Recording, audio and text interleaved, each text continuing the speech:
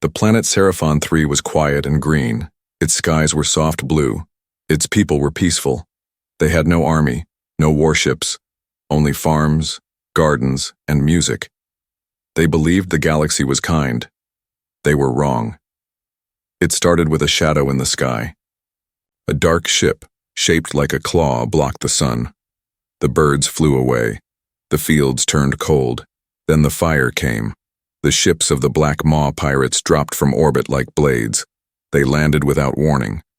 Without mercy, they took the food, they took the machines, they took the children who could work, and they burned the rest. The leaders of Seraphon 3 sent out a signal, an emergency beacon, marked with full distress priority. The code echoed across space. This is Seraphon Colony 3. We are under attack. Please help us. Anyone, please help. They sent it to the Galactic Trade Council. No answer. They sent it to the Allied Outer Worlds. No answer. They even sent it to the Dralian Defense Net, known for patrolling near their star. Still, no answer. The people of Seraphon 3 watched the sky every night. They waited for ships, for soldiers, for someone, but no one came. In the capital city of Valine, the pirates walked freely now. They marked the buildings with red paint. They turned schools into slave halls. They turned gardens into landing zones, and every day the people kept sending the same message.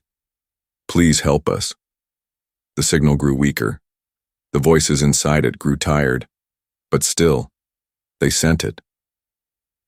In a small village near the sea, a little alien girl named Alari stood with her grandmother. They looked at the stars. Alari whispered, "Why won't anyone help us?" Her grandmother closed her eyes. Because they are afraid, or too busy, or too far. Alari held her grandmother's hand tightly. But we helped others when we had food. I know, child. I know. One night, the pirates came to Alari's village. They took the animals. They burned the fishing boats. They made the fathers kneel in the dirt. They laughed as the children cried. Alari stood near a tree and watched. One of the pirates saw her.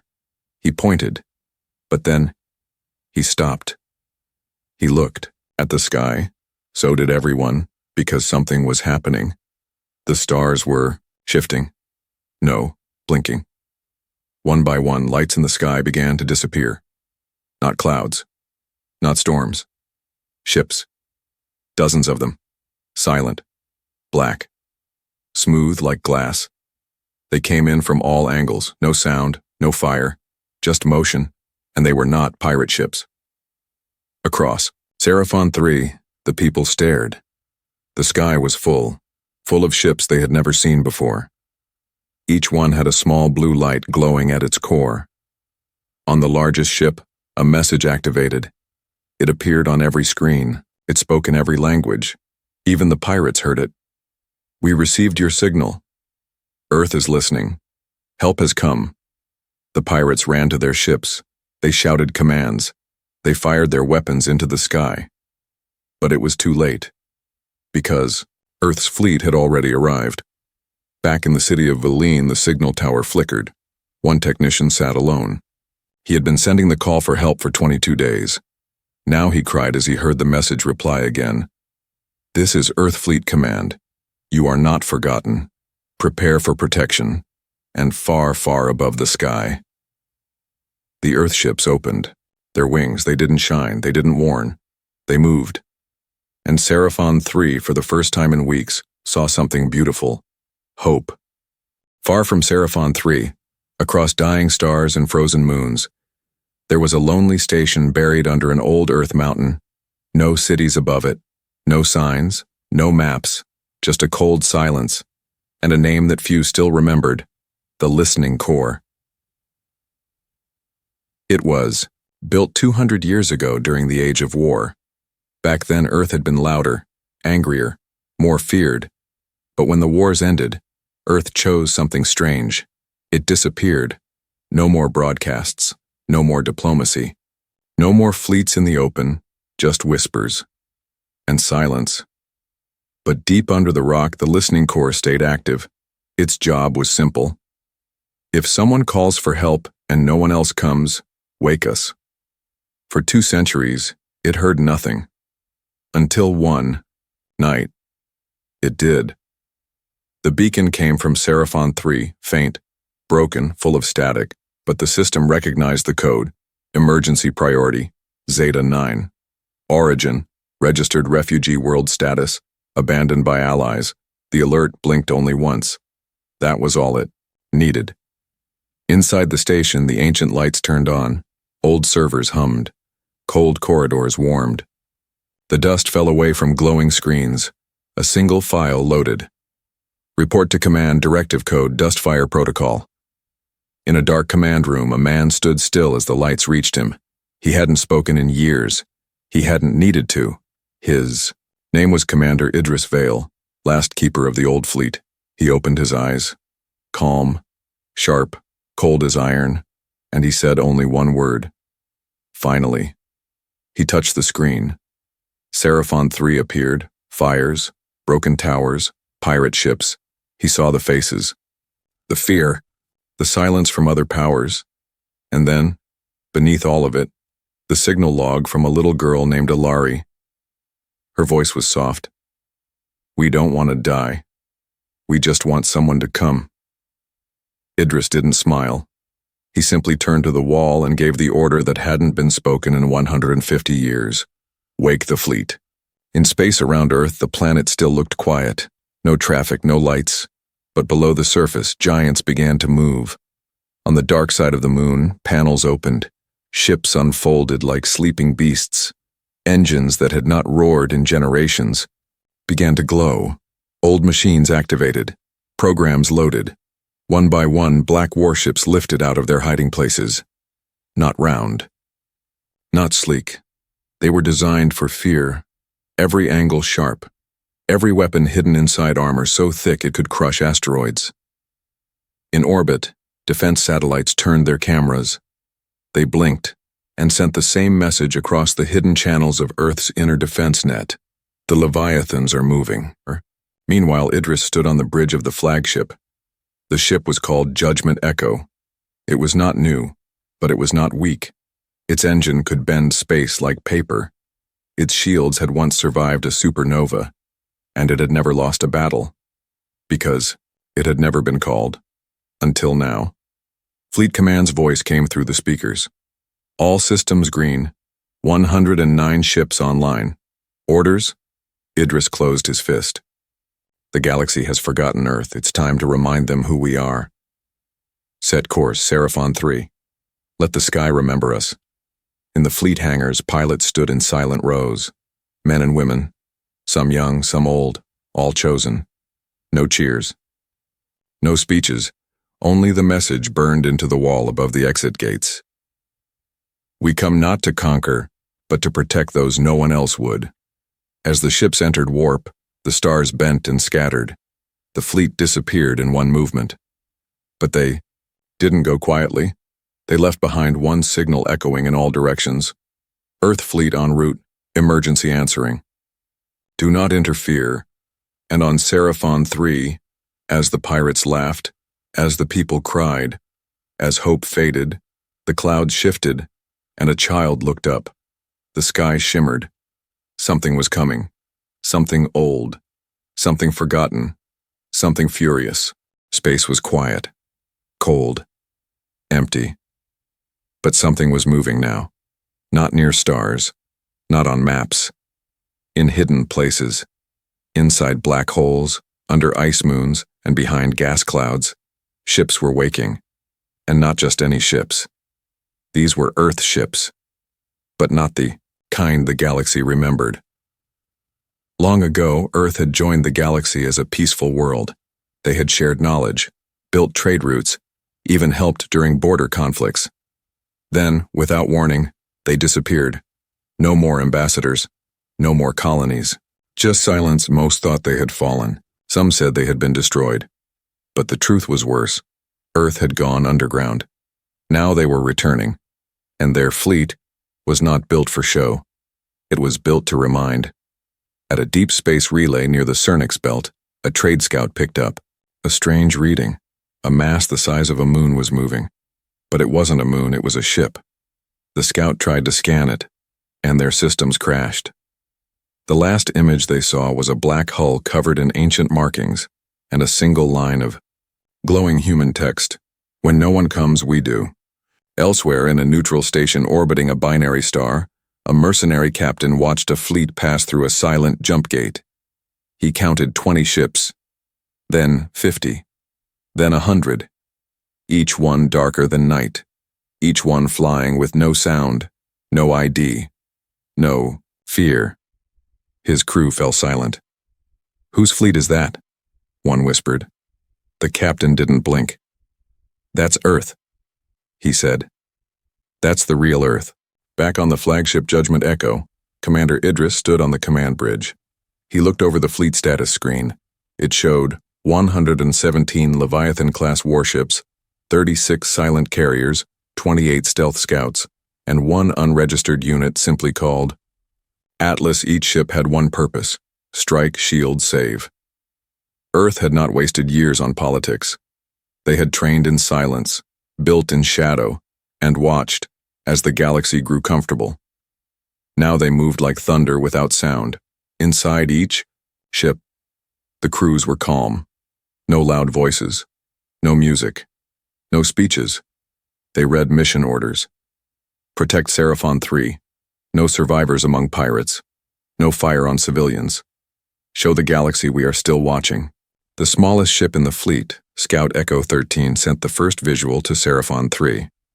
From the skies above the burning city of Valine, one child looked up. Her name was Alari. She saw the clouds split apart, and something massive slid through the opening. No engine noise. No flashing lights. Just a ship the size of a mountain, floating above the city, casting a shadow that turned day into dusk. Its underside glowed with blue lines. Its sides were smooth, like stone sharpened by wind. Alari smiled for the first time in days. "They came," she whispered. The pirates laughed at first. They thought it was a bluff, a scare tactic. Old Earth stories coming back to haunt them. Then the Earth fleet deployed its signal wall.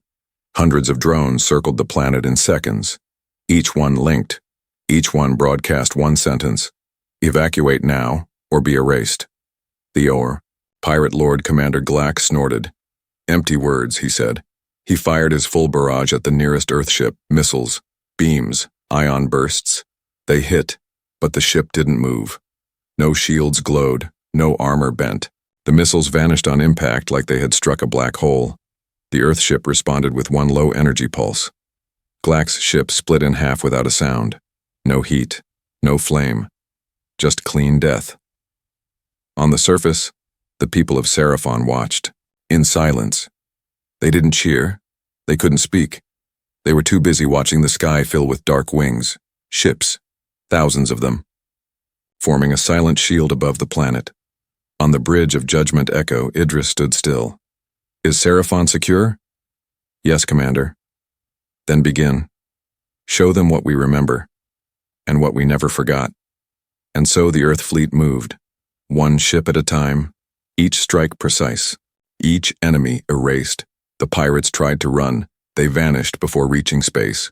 Earth's message was not loud. It was not proud. It was final. By the time the last pirate ship was gone, the fleet had not lost a single vessel, not a scratch, not a sound. They didn't stay. They didn't land. They simply hovered above Seraphon 3 like ancient guardians, watching, waiting. And then they spoke one last time. "You are safe. We will always come, when no one else does." The people of Seraphon 3 had stopped looking up. The sky had betrayed them. What once held stars, dreams, and peace now carried only fear. For 23 days they had cried out for help, and for 23 days, no one came. The capital, city of Valine, was nearly empty now. Shops destroyed, temples burned, children hiding underground. The Black Maw pirates ruled every street. They had renamed it Ash Point. They carved their flag into the tallest spire. Their leader, Khal Vren, stood at the edge of the balcony laughing. "This is our world now," he told his raiders. The galaxy doesn't care about these weak farmers. No one is coming. Was right, until he wasn't.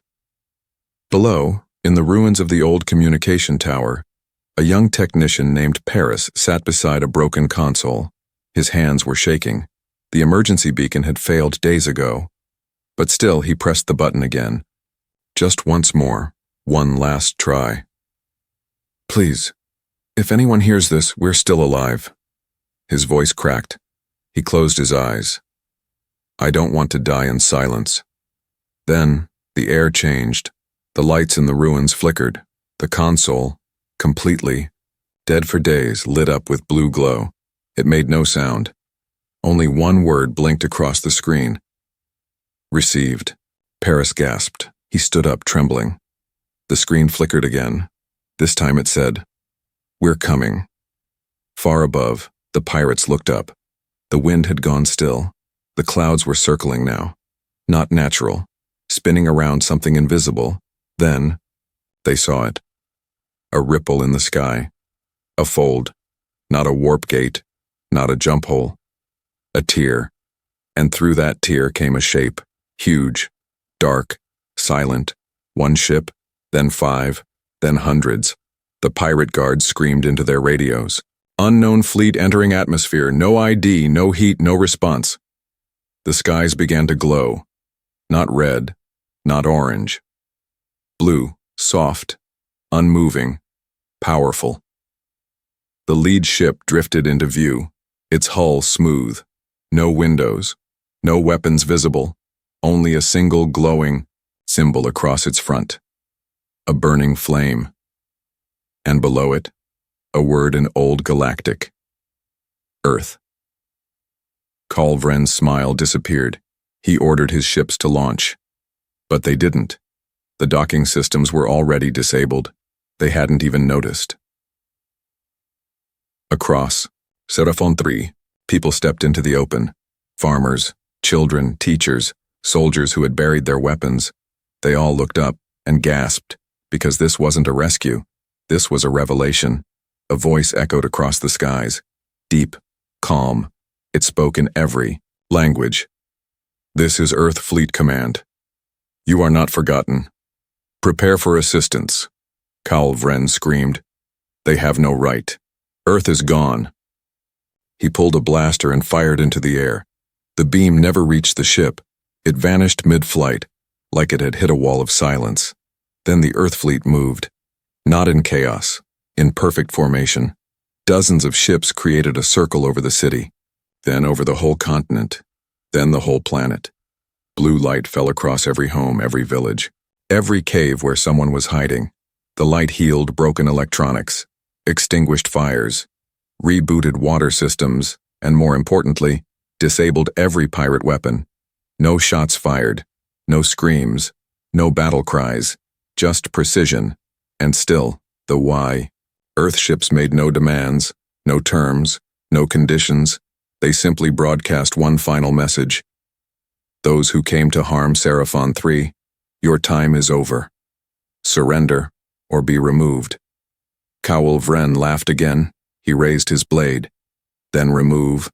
Me! A soft sound replied, a pulse. Blue and soundless. Karl vanished in light, not burned, not shattered, just gone. The remaining pirates dropped their weapons. Some knelt, some ran. None escaped, because Earth didn't let them. Back in the city, young, Alari stood with her grandmother. They looked up at the glowing ships. Tears ran down the old woman's face. We're saved, she whispered. Alari nodded. They heard us. And then, just as quickly as they came, the Earth ships turned. No celebration, no medal ceremony, no flag planting. They simply left, but not without leaving something behind. In orbit, a small black beacon floated above Seraphon 3. It blinked a soft blue. Its message repeated across every channel, every day. You are protected. You are remembered. If danger returns, so will we. In every war story across the galaxy, there is always one battle they say changed everything. The day the enemy's walls fell, the moment hope returned. The hour legends were born. For the people of Seraphon 3, it was not a myth. It was real, and it lasted only 12 minutes. The pirates of the Black Maw had taken dozens of worlds. They had escaped every trap. They had broken every law. Their fleet was large, fast, armed with weapons stolen from empires. They believed no one could stop them, until Earth came. Commander Idris Vale stood on the bridge of the Judgment Echo. No emotion, no smile, only purpose. Before him hovered the full pirate fleet, 78 ships orbiting like crows over a dying world. "Broadcast one warning," Idris said. The communications officer nodded. The message echoed, "This is Earth Fleet. Command, you are ordered to surrender all ships and power down your systems. You have 30 seconds. The pirates laughed. One captain spat on the floor. "Earth? That graveyard? They still fly ships?" Another shouted, "They hide in dirt and myths. Let's show them real power." The Black Maw fired first. Missiles streaked across space, beams flared, torpedoes launched. Every weapon pointed toward Earth's ships. The sky lit up like a second sun. But then, the light faded, and when the smoke cleared, Earth's ships were untouched. The pirates stared. No shields had activated, no countermeasures launched. The weapons had simply stopped, exploded mid-air, melted in flight. Some even turned back and destroyed their launchers. Idris didn't raise his voice. He simply said, "Time's up." Earth's fleet moved, not all at once, not in chaos, in perfect silence, like a dance. Small ships swarmed first, black arrows. With no engines visible, they pierced the pirate line without firing a shot. The moment they passed, enemy systems died, engines froze, navigation failed. Artificial gravity collapsed. The pirate crews screamed. Their screens showed one image, a blue flame. Then came the Leviathans, Earth's largest warships. Their presence alone bent radar. Their weapons never flashed. They only hummed, and wherever they aimed, ships vanished, not exploded, erased. Captain Horrocks, one of the oldest pirate leaders, tried to flee. His ship turned. Jump drive charged. He called out, "I'm leaving. We'll fight another day." The stars opened, his escape path set. But his ship stopped moving. Then it folded. Not exploded, not cracked, folded into itself, like a page in a book. No one ever saw him again. Back on the planet, the people of Seraphon watched, from broken cities, from caves, from rooftops. They saw streaks of silent light, heard deep thunder roll through the sky, and then nothing, because the pirate fleet was gone. Every ship, every name, gone. Only one Earth ship moved to the surface. It didn't land. It hovered. From it, a single drone dropped a black cube in the center of Valine. When it touched the ground, it opened like a flower. A message glowed. "This world is safe. Do not return. Earth watches." Every pirate across the galaxy saw the footage. And every one of them understood something terrifying. Earth hadn't grown soft. Earth had grown silent. On purpose. The battle was over in 12 minutes. No Earth ships lost. No human harmed. Only a message carved into the stars. "We are still here. And when no one else comes, we do." In council space, leaders watched in silence. Some said nothing. Some shook with fear. And one whispered, "What else have they built that we haven't seen?" And on a quiet moon far from the war, a child asked his father, "Is Earth good or bad?" The father replied, "They don't come to rule, they don't come to conquer." He pointed to the stars. "They come when the galaxy forgets how to care." The battle was over. The pirates were gone. Seraphon 3 was free. But the real storm had just begun. Because now the galaxy was asking one question. Where did Earth get this power? The Galactic Council gathered in emergency session. 12. Leaders sat in a ring of light, each from a different world, all with the same expression: fear. Ambassador Turek of the Scar looked down at the report. Earth's fleet destroyed 78 pirate ships. In 12 minutes, without losses, without weapons we understand. That's not defense, that's something else. The Jalari Prime, leader of a once proud war empire, spoke next. I fought humans during the border wars. They were brave, yes, but this is not the same Earth. This is something older, something colder. Whispers spread through the chambers. Where did they go for all these years? Why did they stay silent? Did they build this fleet while we watched nothing? A report came in from the Drank's intelligence network. They had sent spies to Earth years ago. None returned. Not one. Only one thing was ever found. A satellite from Earth orbit floating in space. It had no power. No signal. Just one line etched into its surface. You are not ready. Back in neutral space, smugglers and black market traders passed around shaky images, pictures of Earth ships rising from under oceans, from inside mountains, from hollow moons, hidden for centuries. A historian on the trade world of Calyx posted a video. During Earth's silence, they withdrew from politics, from trade, from diplomacy. But they didn't go extinct. They went inward. And they began building something, not to show power, but to use only when forgotten. More questions followed. How did they hide that many ships? Where did they get the materials? Why didn't they tell anyone? The answer came from an unexpected place. A recording, leaked by an old AI once used by Earth diplomats. The message was short. It was from a human strategist speaking to a council advisor decades ago. You measure strength by what's on display. We measure it by what we can keep hidden.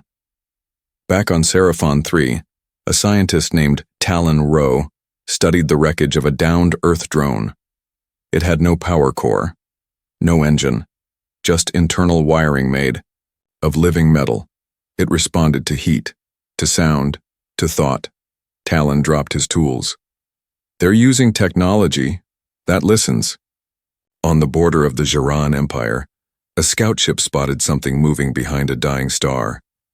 At first they thought it was a comet, but then it changed direction and passed through a black hole, intact. The last image from the scout's camera showed an Earth symbol glowing like fire, a blue flame wrapped in silver rings. Fear became confusion. Confusion became panic. Across the stars, debates exploded. Should we confront Earth?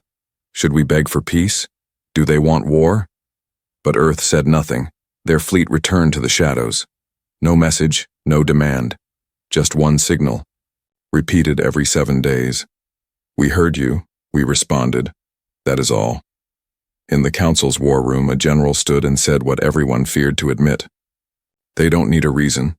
They need a memory. And they haven't forgotten what we did.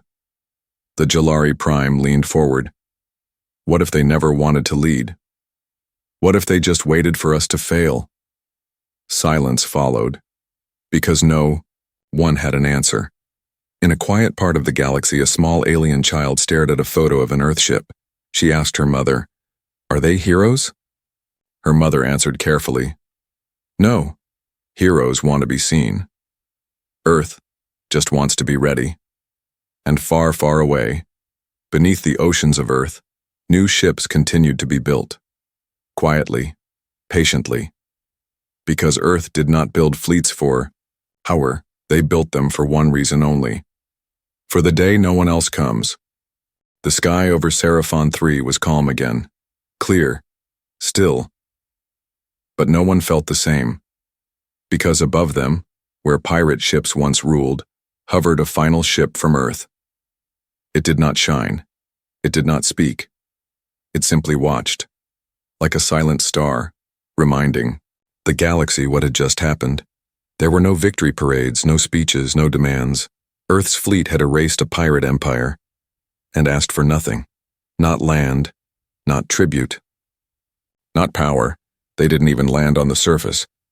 In the capital city of Valine, the people gathered in the central square. The gardens were burned. The statues were broken. But the people stood together, eyes on the sky. A child asked, "Will they come down?" An elder shook his head. "They don't need to." In orbit, on board the Judgment Echo, Commander Idris Vale looked out at the world below. His officers waited. "Orders, sir? Shall we begin settlement protocol?" Idris didn't respond at first. He simply walked to the edge of the command platform and looked into the stars. Then he spoke. They don't need rulers. They needed reminders. He gave one final order. "Release the message beacon, then stand down. We go home." A small black drone flew from the Earthship.